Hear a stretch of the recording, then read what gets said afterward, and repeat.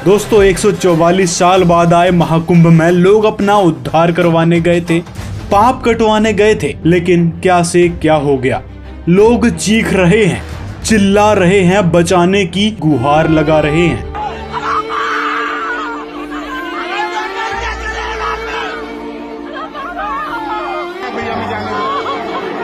लेकिन ना तो गंगा मैया ने पुकार सुनी, ना ही महादेव ने, ना ही ब्रह्मा विष्णु ने, और ना ही 33 करोड़ देवी देवताओं ने। लोग आस लगाए बैठे थे कि कोई न कोई देवता हमारी मदद जरूर करेंगे, लेकिन हुआ साधु संत, सन्यासियों और भक्तों की टोली इस प्रयागराज में नहाने के लिए आई थी, लेकिन उन्होंने भी कोई सहारा नहीं दिया।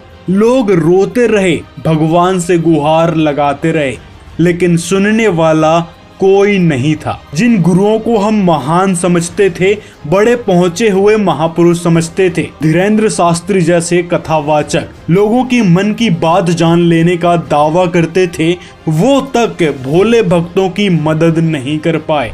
हर व्यक्ति को आना चाहिए, जो नहीं आएगा वो पछताएगा, वो देशद्रोही कहलाएगा। अच्छा, कई लोग यहाँ की व्यवस्थाओं पे सवाल खड़े कर रहे हैं, कह रहे हैं कि आप बच्चे कैसा व्यवस्था? अनूठी, अद्भुत है। हमारे अंदर तो आस्था है और हमें हर जगह व्यवस्था है। और भारत के जितने लोग आ रहे हैं, जिनके अंदर विरोध का कीड़ा नहीं है, उन्हें व्यवस्था और आस्था नजर आ रही, और जिनके अंदर आस्था नहीं है, उन्हें अव्यवस्था नहीं। हम यहाँ व्यवस्था लेने थोड़ी आए हैं, हम यहाँ तो सनातन का परचम लहराने और अपनी गंगा मैया में डुबकी लगाने आए। हाँ, अब तो लहरा दिया सनातन का परचम। वहाँ लोग चिल्ला रहे हैं, बचाओ बचाओ कह रहे हैं, लेकिन ना तो आपने सुनी, ना आपके बालाजी ने। फिर किस बात का परचम लहराया जा रहा है? सनातन का। सनातन के नाम पे इन जैसे नकली गुरुओं ने ही जनता की ये दुर्दशा करवाई है। यहाँ पे लाशें पड़ी हुई थी, कोई पूछने वाला नहीं था। मलबे में से लाशें निकल रही थी।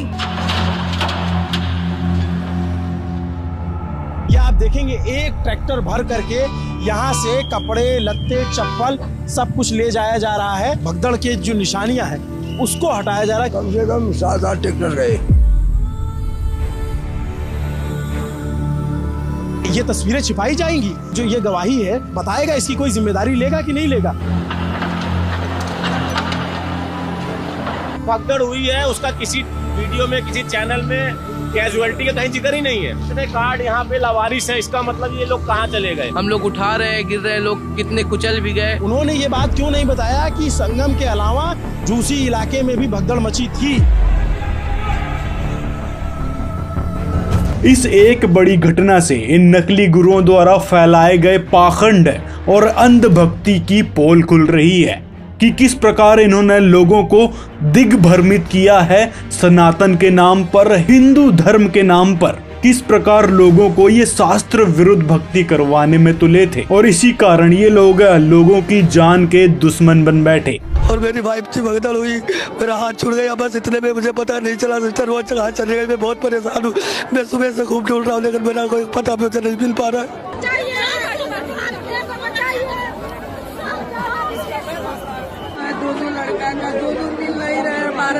भीड़ आ गया, अभी कुछ नहीं, कौन मर गए क्या बोले नहीं अभी तक। बहुत लोग ऊपर ऐसा चला गया, बहुत भीड़ हो गया। हम फंस गए बीच में, हम तो बच गए। हमारे साथी लोगों ने उसका पति मर गए करके बोले, हमारी तरह भी उसको भी बचाने का तो। इनको ना तो सनातन धर्म का पता है, ना ही हमारे पवित्र सदग्रंथों का, जिन महापुरुषों ने भगवान को पाया, और यहाँ तक कि भगवान ने जिस भक्ति विधि को बताया है, इन जैसे नकली गुरुओं को उसका पता भी नहीं है। और अन्य इन साधु संतों को भी ऐसे गुरुओं ने ही भटकाया था, जो घर छोड़कर साधु संत का जीवन जी रहे हैं, अपना जीवन बर्बाद कर रहे हैं, क्योंकि ना तो इनकी भक्ति शास्त्र अनुकूल है, और ना ही ऐसी भक्ति करने का आदेश परमात्मा ने दिया है। और यदि सच में भगवान ने महाकुंभ मनाने का आदेश दिया होता, या फिर शाही स्नान की कोई प्रक्रिया चलाई होती कि इस दिन स्नान करने से ही मोक्ष मिलेगा, सारे के सारे पाप कटेंगे, तो ऐसी दुर्घटना देखने को नहीं मिलती। ये बात हर एक सनातनी जानता है। आपकी मम्मी थी? जी। क्या हुआ था? वो पब्लिक ने धक्का दिया तो हम लोग नीचे गिर पड़े, तो वो हम लोग के ऊपर चढ़ गए थे, तो फिर वो कड़ गए हम लोगों के ऊपर से। हम आवाज भी दी कि उठ जा, हम लोगों को उठा भी दो, तो किसी ने हमारी मदद नहीं की, ना उठाया किसी ने हम लोगों को।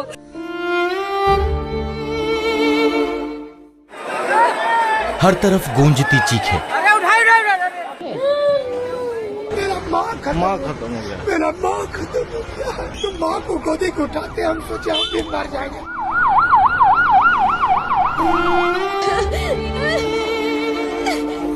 कुछ बोलेंगे? क्या हुआ? क्या हुआ आपके साथ में? क्या परेशानी है? कुछ बताएंगे? प्रयागराज में भक्ति के नाम पर हुई इस घटना ने भगवान के ऊपर सवाल खड़ा कर दिया है कि क्या सच में भगवान ऐसे होते हैं जो अपने भोले भक्तों को बेसहारा छोड़ देते हैं। अब लोग भी विचार करने में विवश हो जाएंगे कि जो हम भक्ति कर रहे हैं वो सच में सही थी या नहीं। और अगर अब भी आपके मन में ये सवाल नहीं आता है तो समझ लेना कि आप कितने गड्ढे में जा चुके हैं अंधभक्ति के, और किस प्रकार इन नकली गुरुओं ने आपका ब्रेन वॉश किया है अपनी बातों के माध्यम से, भड़काऊ बयानों के माध्यम से। क्या नाम है आपका? रिंकू देवी। क्या हुआ है? हम लोग गिर के उसको नीचे चाप के मार दिया। कहाँ पर? वहाँ नहाने घाट पर, गंगा जी के घाट पर। कौन कौन थे आपके साथ में? मेरे सास है। हाँ। कितने बजे की घटना है? वो 1 बजे को घटना है। अच्छा, ये कहाँ पर हुआ एग्जैक्ट? पता नहीं, नदी के पास है। नदी के किनारे जहाँ डुबकी लगा रहे थे? हाँ, नहीं डुबकी नहीं लगाए। सुखलाही में नदी के पास ना है। अच्छा, जहाँ नहाने जाए के घरे। अच्छा। तो आपके साथ कितने लोग थे? हम लोग 10 लोग हैं। 10 लोग में तू ये लोग बचे हैं, एगो फायर हो गया। हुआ क्या था? क्या देखा आपने? कुछ नहीं देखे, वो देखे कि हम भी उस पर चढ़ गया लोग। हाँ, वो देखे, कुछ नहीं देखे। हम लोग भी जता गया, कोई भैया लोग हमारा लोग खींच के ऊपर कर दिया। घटना हो गई है क्या? कैसे देख रहे हैं अपने आगे आंखों के सामने, पहली बार जीवन में इतना बड़ा हादसा। लोग किस तरह से मरे, कीड़े मकोड़ों की तरह मरे। अब जो लोग सोच रहे हैं कि इतनी बड़ी दुर्घटना आखिर हुई कैसे, क्या भगवान नाम की चीज होती ही नहीं है इस संसार में? यदि होती तो इस प्रकार की दुर्घटनाएं नहीं होती। तो जवाब है कि ये भक्ति जो महाकुंभ में जाकर लोग कर रहे थे, शाही स्नान के नाम पर ड्रामेबाजी कर रहे थे, तो इससे कोई लाभ होने वाला नहीं है। ना ही हमारे किसी भी सदग्रंथों में इस प्रकार की भक्ति का जिक्र है या फिर महाकुंभ मनाने का जिक्र है। भोले भाले भक्त भगवान के संविधान यानी शास्त्रों में लिखी भक्ति को अपनाने की जगह इन नकली गुरुओं द्वारा चलाई गई अंधभक्ति को अपनाने लगे, जिसके कारण भगवान से किसी भी प्रकार का लाभ नहीं मिल रहा है।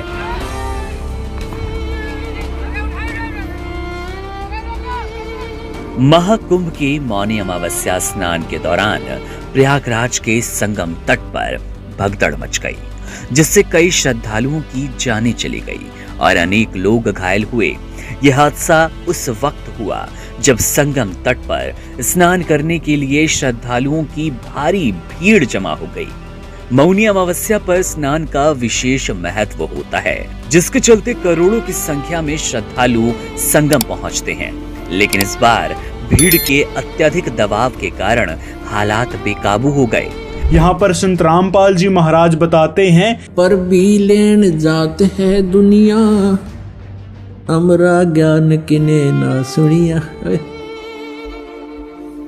भगवान हमारे पिता हमारे बीच में खड़े होकर रो रहे हैं और कह रहे हैं कि पर भी लेन जात है दुनिया, हमरा ज्ञान किन्हें ना सुनिया। ये बोली आत्माएं कुंभ के मेले पर जो पर भी लगती है, वहां उस तालाब में स्नान करके मोक्ष मान रहे हैं। और हमरा ज्ञान किन्हें ना सुनिया, हमारा ज्ञान कोई सुनकर राजी नहीं, जिससे मोक्ष भी होगा और कहीं भटकना भी नहीं पड़ेगा।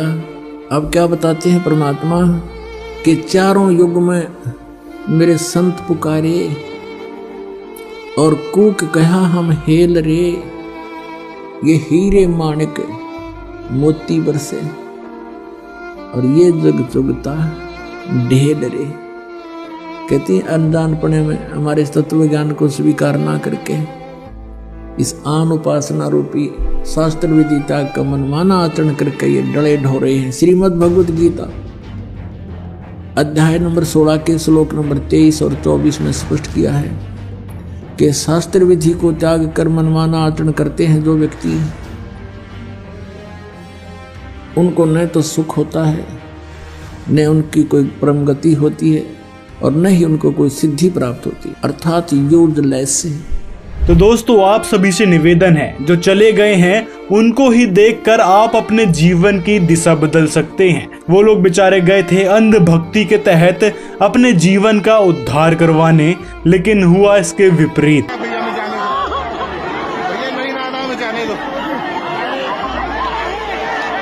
न उनको लाभ मिला, न मिला भगवान। सोचो, इतनी आस लगाए भगवान को पाने के लिए, अपना कल्याण करवाने के लिए, पुण्य अर्जित करने के लिए वो लोग महाकुंभ में शाही स्नान करने गए थे, लेकिन हुआ क्या उनके साथ?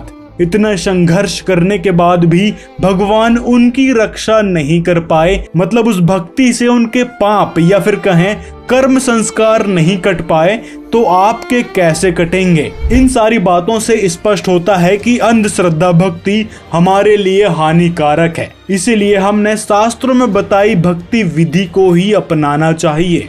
इसीलिए संत रामपाल जी महाराज परमात्मा का संविधान बताते हुए कहते हैं, इस प्रकार की अंधश्रद्धा को त्याग कर अपने शास्त्रों में वर्णित भक्ति करो।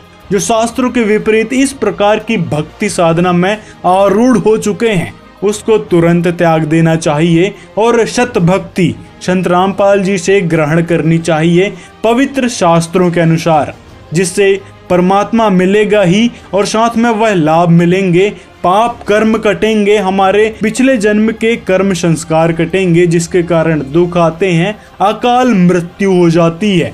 तो इस प्रकार की हानि उस पूर्ण परमात्मा की भक्ति करने से नहीं होती। तो दोस्तों ये थी महाकुंभ की कुछ दर्दनाक घटनाएं जो अंधश्रद्धा भक्ति के कारण हुई हैं। तो दोस्तों आपसे एक ही निवेदन है, इस वीडियो को ज्यादा से ज्यादा अपने मित्रों तक शेयर करें। जो लोग इस प्रकार की अंधश्रद्धा भक्ति में अभी भी आरूढ़ हुए पड़े हैं, उनको समझ आए कि हमारे शास्त्रों में क्या बताया गया है और किस प्रकार ये हमारे पाखंडी और स्वयंभू गुरु शास्त्र विरुद्ध भक्ति हमसे करवा रहे थे, जिसके कारण हमको किसी भी प्रकार से लाभ नहीं मिल रहे थे, ना ही परमात्मा का सहारा मिल रहा था। साथ में अपनी राय कमेंट में हमें जरूर बताएं। मिलते हैं अगले वीडियो में।